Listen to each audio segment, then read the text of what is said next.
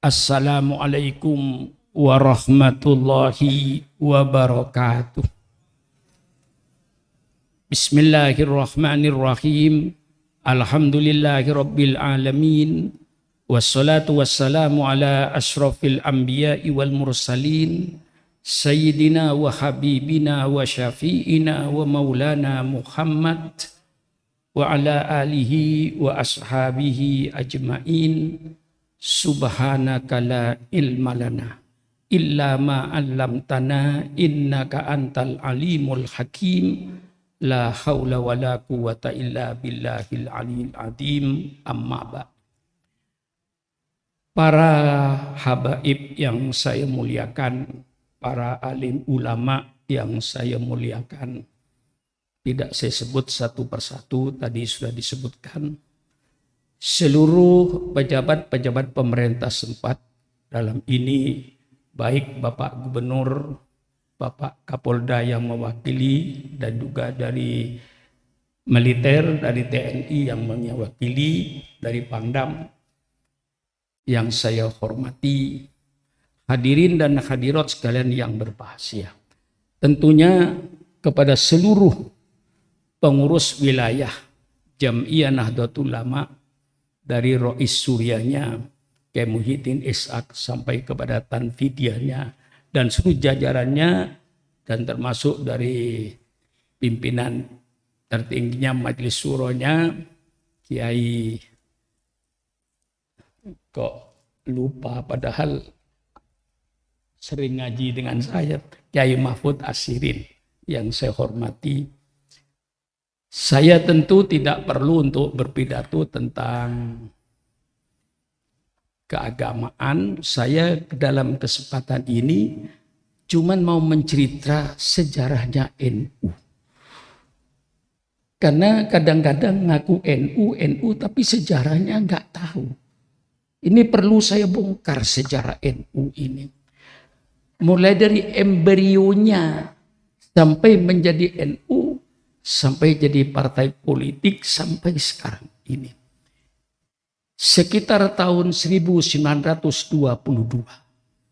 ada isu di Tanah Suci bahwa kuburan Rasulullah itu mau digusur, mau diratakan oleh pemerintah Ibnu Saud. Itu isu yang terjadi.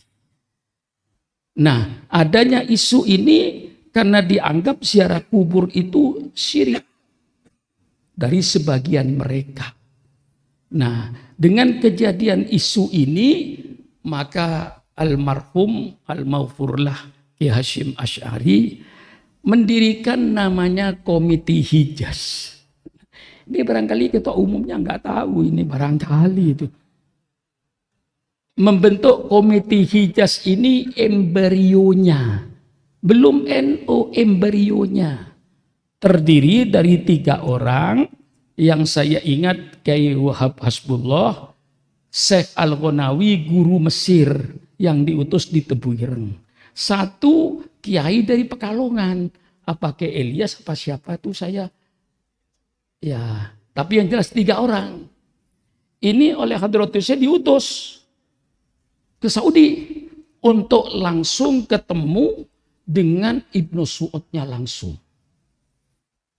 Terjadilah dialog antara Kiai Wahab ini dengan pemerintah Saudi.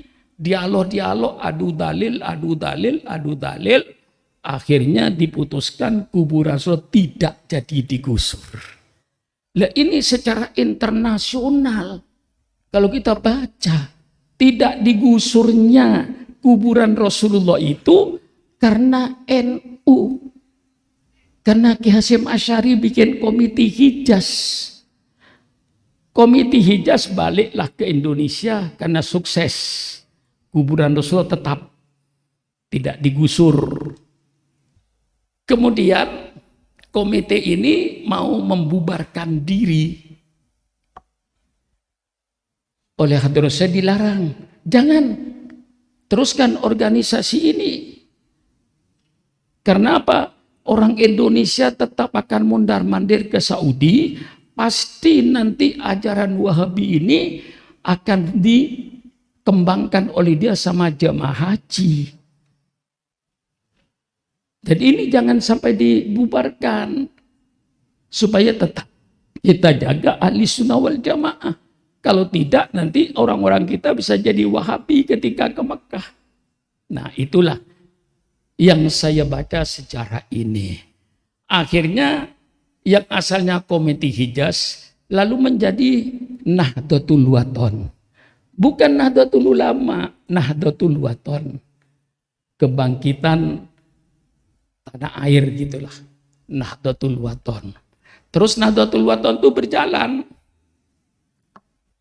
Kemudian sekitar tahun 1926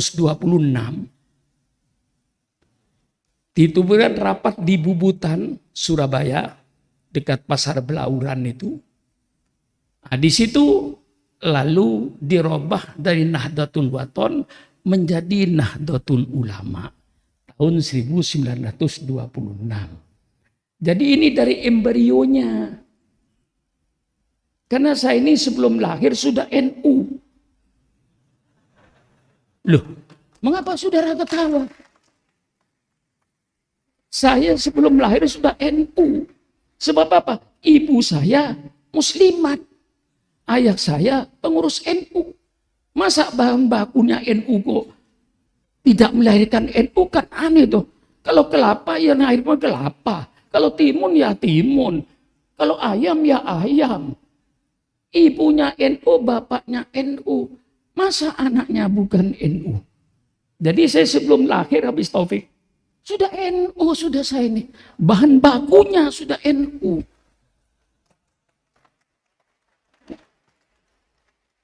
Untuk mempertahankan ajaran Islam ahli sunnah wal jamaah. Di antaranya yang bertahan tidak mau dengan nama Nahdlatul Ulama itu Kyai Zainuddin Pancor, Lombok Timur. Nah, dia tetap sampai sekarang dia Nahdlatul Wathon. Yang lainnya sudah berubah menjadi Nahdlatul Ulama tahun 2006. Mengapa tahun 26 itu kita bersifat jam'iyah, organisasi sosial keagamaan? Karena waktu itu pemerintahan Belanda. Tidak mungkin ada organisasi politik. Kalau waktu itu ada organisasi politik, pasti dibunuh oleh Belanda itu. Itu kemerdekaan masih jauh, masih 20 tahun lagi. Nah, disitulah strategi yang diatur oleh ulama-ulama dengan nama Jam'iyah Nahdlatul Ulama, tapi segala kegiatannya kegiatan politik. Lalu mengapa saya katakan politik? Karena NU ikut sibuk di dalam gerakan-gerakan nasional menuju kemerdekaan. Dan orang NU termasuk panitia persiapan kemerdekaan. Pak Wahid Hasyim dengan Kyai Mashkur itu termasuk yang akan merumuskan negara ini. Setiap orang bicara negara itu namanya politik. Yang sekarang disalahgunakan. Politik kotor, politik kotor, politik kotor. Salah besar itu. Kalau politik itu kotor, tolong fakultas politik bubarkan semua se-Indonesia itu. Memang ada fakultas politik kalau politik kotor. Politik itu tidak kotor. Politik itu satu ilmu yang bagus. Karena yang dikatakan ilmu politik itu suatu ilmu yang mempelajari bagaimana cara mengatur suatu negara. Betul. Ketua DPR. Nah, kalau sampai tidak belajar ilmu politik, mundur jadi ketua MPR itu. Berarti nggak ngerti politik. Ini ilmu politik. Ilmu politik ilmu yang mulia. Di semua negara diajarkan ilmu politik ini. Karena ilmu politik suatu ilmu bagaimana cara mengatur suatu negara. Kadang-kadang orang bicara soal teknologi. Apa ilmu teknologi itu? Kadang-kadang nggak tahu. Ilmu teknologi, ilmu yang bagus. Mengapa? Ilmu teknologi suatu ilmu yang mempelajari bagaimana cara merubah satu benda dari satu bentuk kepada bentuk yang lain untuk kesejahteraan manusia. Itu teknologi. Bagus. Yang tidak bagus itu bukan politik. Yang tidak bagus itu pelaku politik. Nah, mari kita adakan klarifikasi. Jangan cuma emosi. Yang jahat itu bukan politik. Yang jahat diantaranya pelaku politik. Itu yang jahat. Siapa pelaku politik? Maka tadi soal agama, saya sarankan Pak Tauhid, Habib Taufik murni. Ini NU aja. Biar tahu yang muda-muda ini loh. Untung masih ada orang yang kayak saya. Kalau seandainya saya mati, siapa yang mau cerita ini? Habis cerita ini. Tolong dibukukan itu. Tapi saya kira di NU itu ada. Cuman nggak dibaca gitu aja bedanya. Pelaku politik rakyat supaya tahu. Politik itu mulai wali kota, bupati, gubernur, presiden, pejabat-pejabat tinggi negara, termasuk Pak Asrul, termasuk saudara Pak Jazil, ini pelaku politik. Akui bahwa saudara pelaku politik. Para menteri pelaku politik. Bukan politiknya yang kotor, pelaku politiknya yang kotor. Bukan politiknya yang jahat, pelaku politiknya yang jahat.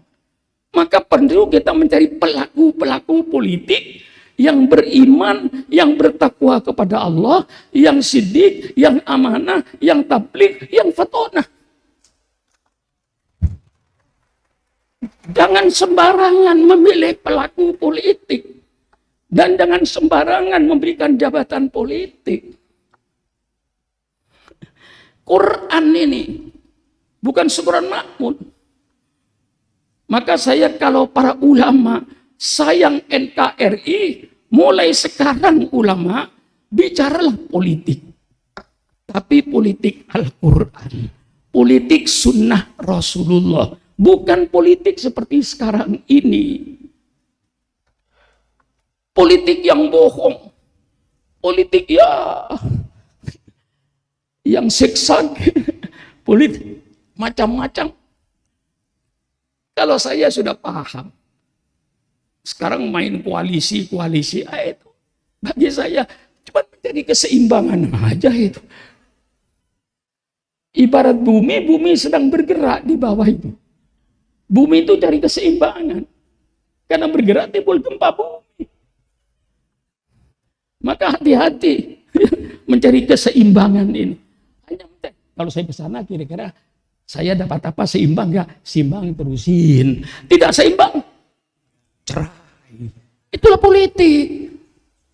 Politik itu tidak ada kawan yang tetap dan tidak ada lawan yang tetap. Politik itu yang ada cuma kepentingan. Kalau kepentingannya terakomodasi, koalisinya bagus. Tidak terakomodasi, yakin bubar. Betul atau tidak?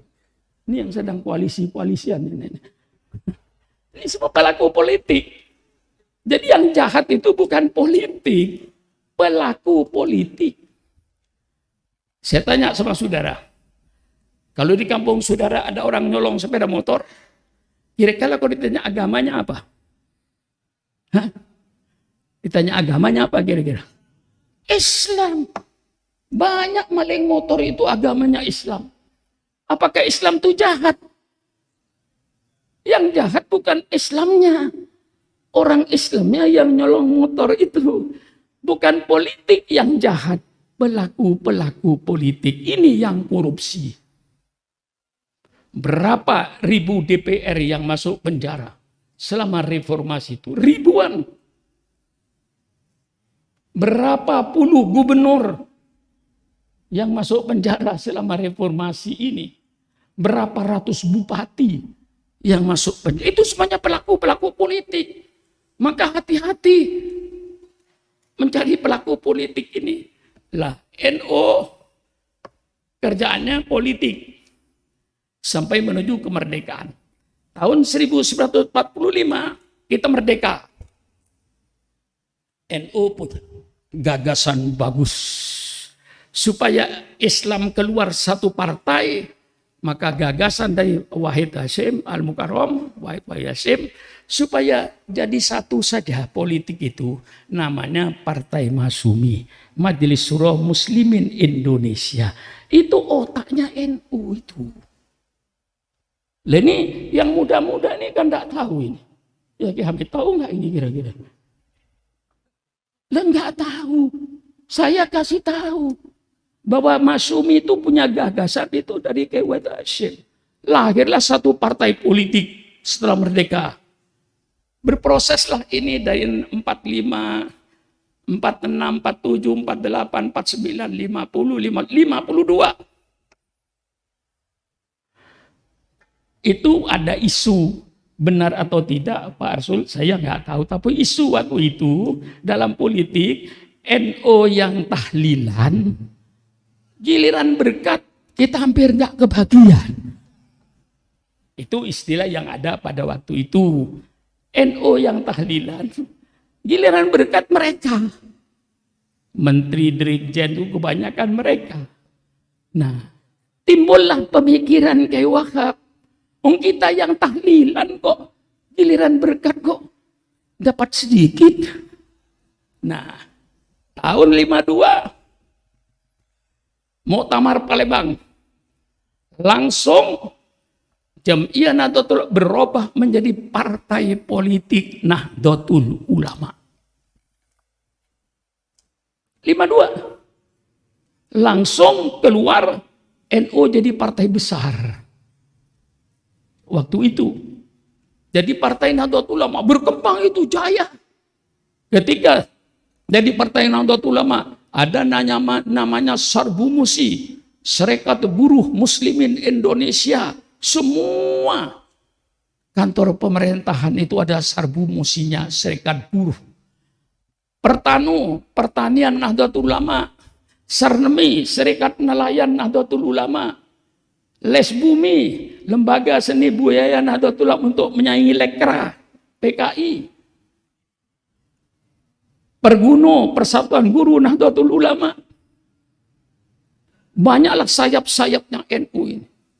Hebat NU itu. Setiap ranting NU dulu mesti mempunyai drum band. Sehingga kota-kota ini di Jawa, apalagi Pekalongan, kalau sudah NU, tiap ranting punya drum band. Kalau keluar 50 drum band, kayak apa kota Pekalongan itu? Waktu itu Pak Asrul masih apa sekolahnya itu? 71. 71 masih SD. Subhanallah. Ini 71 ini sudah jurkamnya Nahdlatul Ulama ini. Jurkam saya itu.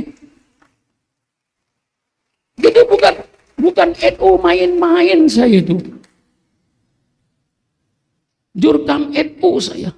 Tadi oleh saya disebut waktu itu Singapudium. Di mana-mana Singapudium. Nah, kebetulan anak saya Faiz itu. Cucunya masih kecil, cucunya dapat majalah Kiai Subron Makmun Singapudium. Tanya sama ayahnya, Abi, kapan kakek jadi orang? Itu urusan anak TK itu. Ya maklum anak TK, jadi kalau saya disalahkan, kapan kakek jadi orang? Loh, mengapa kamu tanya begitu? Nih loh, kakek Kiai Subron Makmun Singapudium, kapan jadi orang? Urusan anak kecil. Jadi partai politik hebat, sayapnya luas, ma'arif, pendidikan jalan, Sarbu Musi jalan, Sarnemi jalan, Pertanu jalan, Les Bumi jalan, semuanya jalan. Akhirnya NU karena waktu itu partai politik, Perdana Menteri, Ketua Umum PBNU Ki Haji Dr. Idham Holid, Ketua DPR Ki Haji Ahmad Sayhu, Ketua PBNU Sebelumnya Pak Zainal Arifin, juga ketua NU. Anggota ketua MPR, Pak Suban ZE, NU. Nah, Menteri Agama, pasti. Menteri Sosial, Menteri Keuangan, pernah dipegang oleh NU. Waktu itu saya sebagai PMI, Pak Arsul, sangat bangga jadi NU itu. Apa yang saya banggakan? Bagaimana tidak bangga? Perdana Menteri, NU. Ketua DPR, NU. Ketua MPR, NU. Menteri Agama, NU. Menteri Sosial, NU. Menteri Keuangan, pernah dipegang NU negara ini. Dari Purworejo. Pak, Bu. Ada seno-senonya gitu loh, Pak. Hah? Rahmat Mulyomi Seno. Menteri Keuangan. Saya yang menjadi PMI, walaupun nggak dapat apa-apa, bangga saya. Nah, mestinya kejayaan ini, saya seruan, wahai warga Nahdlatul Ulama, mari kita rebut kembali.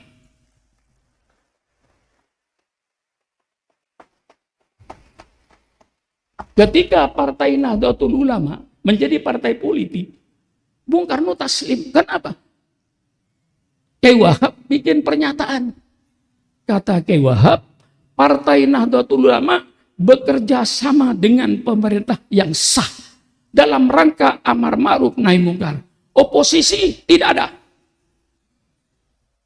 Itu dia, tidak ada partai politik Islam oposisi itu. Yang ada kerjasama dengan pemerintah yang sah dalam rangka amar ma'ruf nahi mungkar, bukan membebek. Bukan kerjasama dengan terus membebek pemerintah, tidak. Tetap fungsinya ulama, amar ma'ruf nahi mungkar.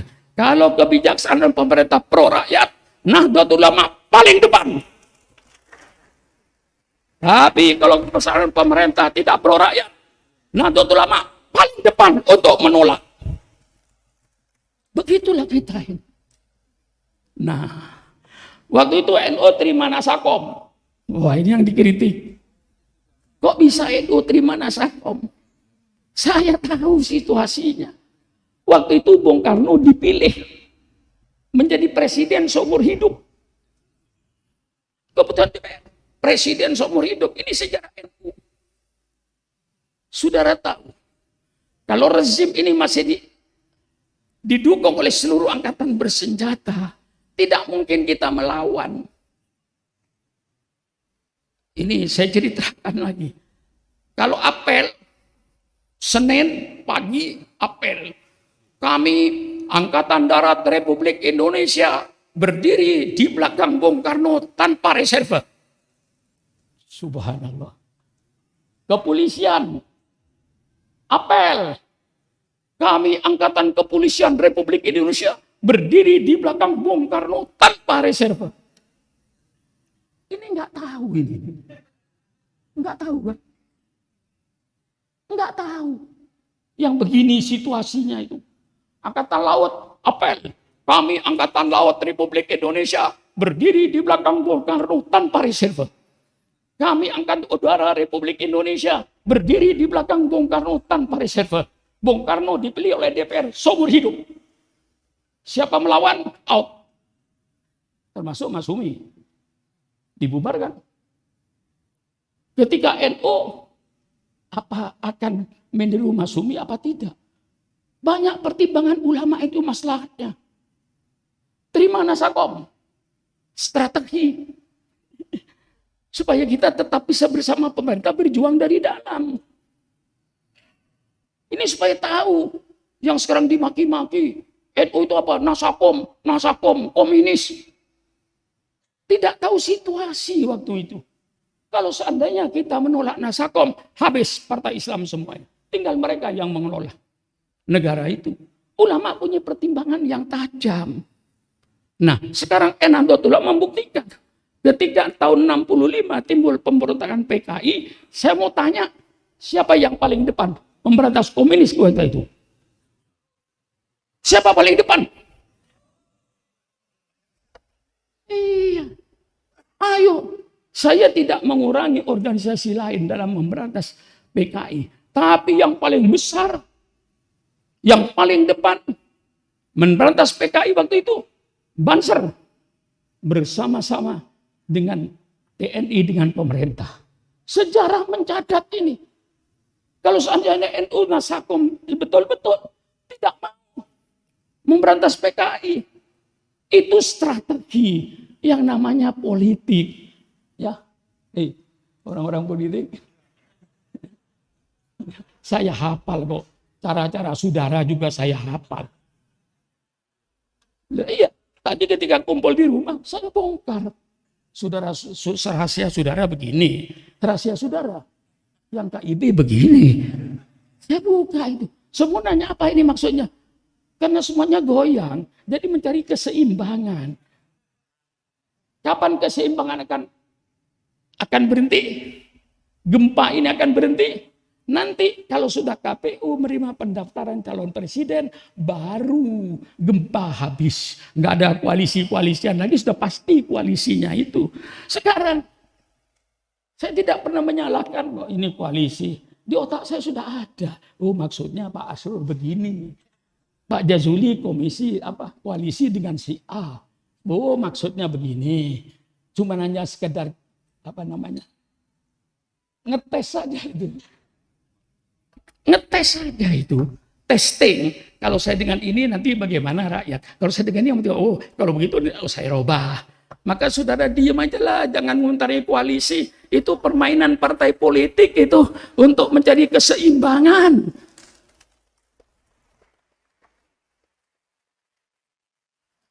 Ya, karena saya orang politik lama saya ini. Kalau politik Pak Asrul, saya tahun 59, tahun 69, 70, 71. Saya ini pembantu khusus Menteri Negara Kesra. Pada waktu itu saya sudah menjadi pembantu khusus Menteri Negara. Sudah main saya politik itu tiap hari.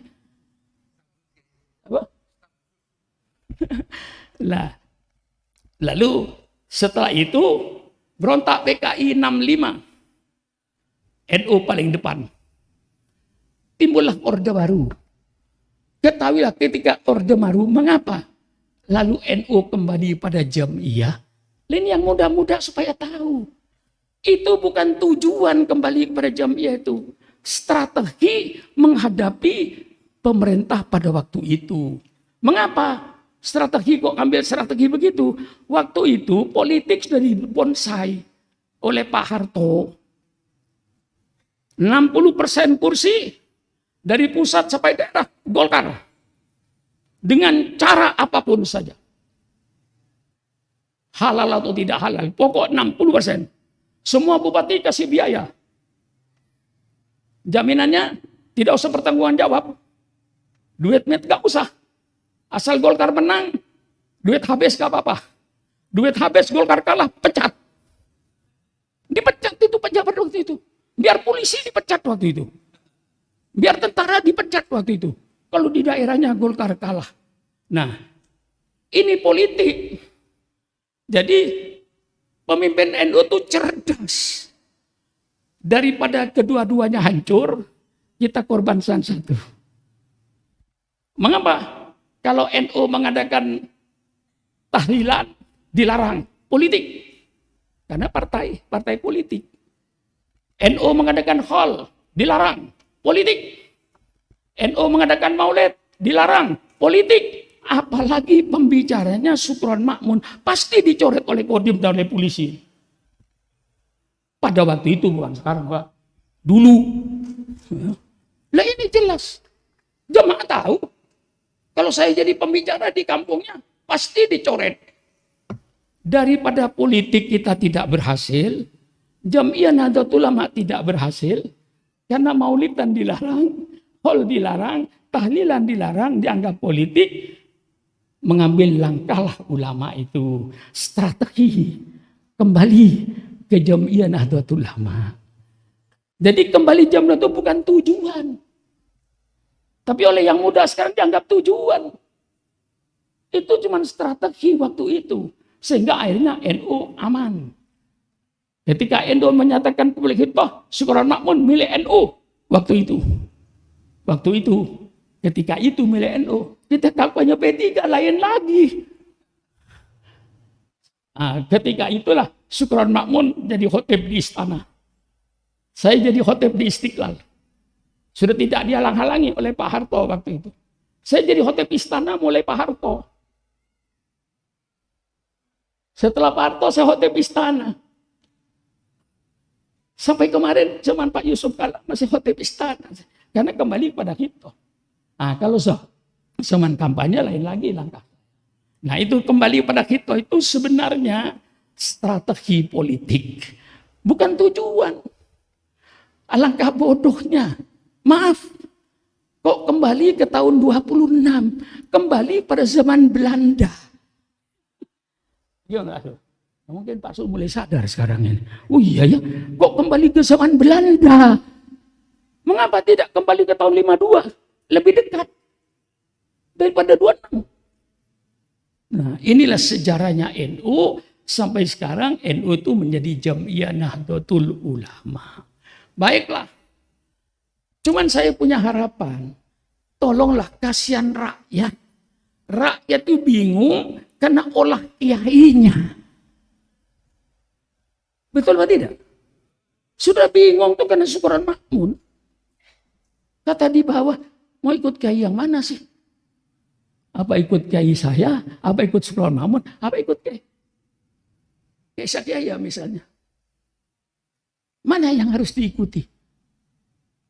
Maka nanti saya nyatakan malam ini, tegas. Hai pemimpin-pemimpin partai politik, kau nanti yang bertanggung jawab di hadapan Allah terhadap perpecahan umat yang ada di bawah ini. Jangan enak-enak jadi ketua umum partai. Bukan marah, ngasih tahu. Ya kan? Ketua umum partai politik, baik P3, baik PKS, maupun PKB, maupun PAN seluruhnya, kau nanti di hadapan Allah harus mempertanggungjawabkan dia. Mengapa umat di bawah ini pecah?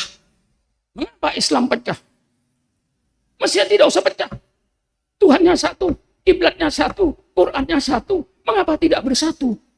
Kalau tidak kena iblis. Bagaimana kira-kira? Mumpung ketemu.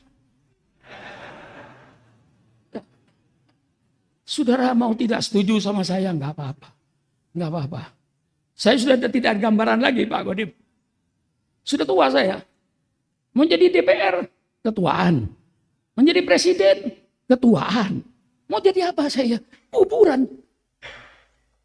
Saya cuma nunggu kuburan itu. Apa siang, apa malam. Cuma nunggu kuburan saya. Sebelum saya nunggu kuburan, saya memberikan peringatan pada ketua umum partai ini. Hai ketua umum partai politik, kau nanti harus mempertanggungjawabkan di hadapan Allah. Mengapa umat ini berbeda? Mengapa umat dipecah? Mengapa umat tidak bersatu? Padahal sebenarnya kau harus bersatu. Inilah sejarah Nahdlatul Ulama sampai sekarang ini. Nah, saya ketika Pak Harto turun tahun 23 Mei, 6 Juni saya kirim surat sama PBNU. Surat tanda tangan saya tanda tangani. Tolong PBNU bikin saluran partai politik Nahdlatul Ulama. Karena politik akan berubah. Kayak tahun 55 akan jadi politik liberal. Kalau NU tidak segera ambil, terlambat kita. Nah, itulah sejarahnya. Lalu sekarang ya sudahlah. Sudah kadung begini, tolong PKB, kapan Anda mau bersatu dengan P3?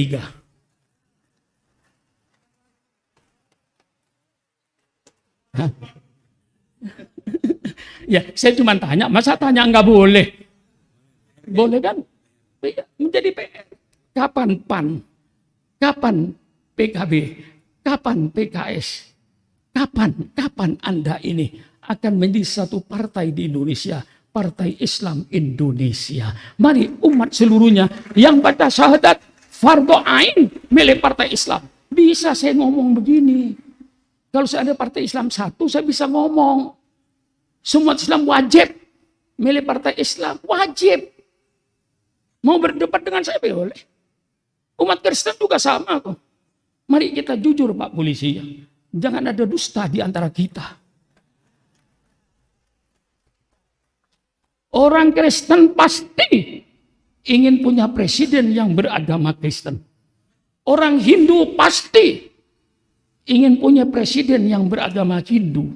Orang Buddha pasti ingin punya presiden yang beragama Buddha. Mengapa kalau Islam ingin punya pemimpin yang kok dikatakan rahasia? Kok dikatakan sara? Kami tidak pernah komplain dengan Irian. Irian selamanya itu gubernurnya Katolik. Kami nggak komplain. Wajar. Kalau di Hindu, di Bali, presidennya Hindu, saya nggak komplain. Wajar. Karena identitas tidak bisa dihilangkan. Identitas itu karunia Allah. Walaupun bagaimana orang Madura, Pak Arsul, saya bangga dengan orang Madura. Mau apa?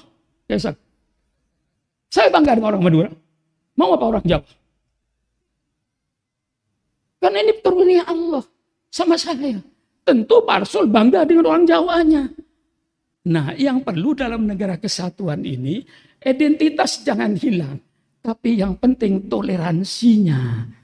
Antar umat beragama, hidup rukun, hidup damai, saling hormat menghormati. Identitas tidak bisa hilang.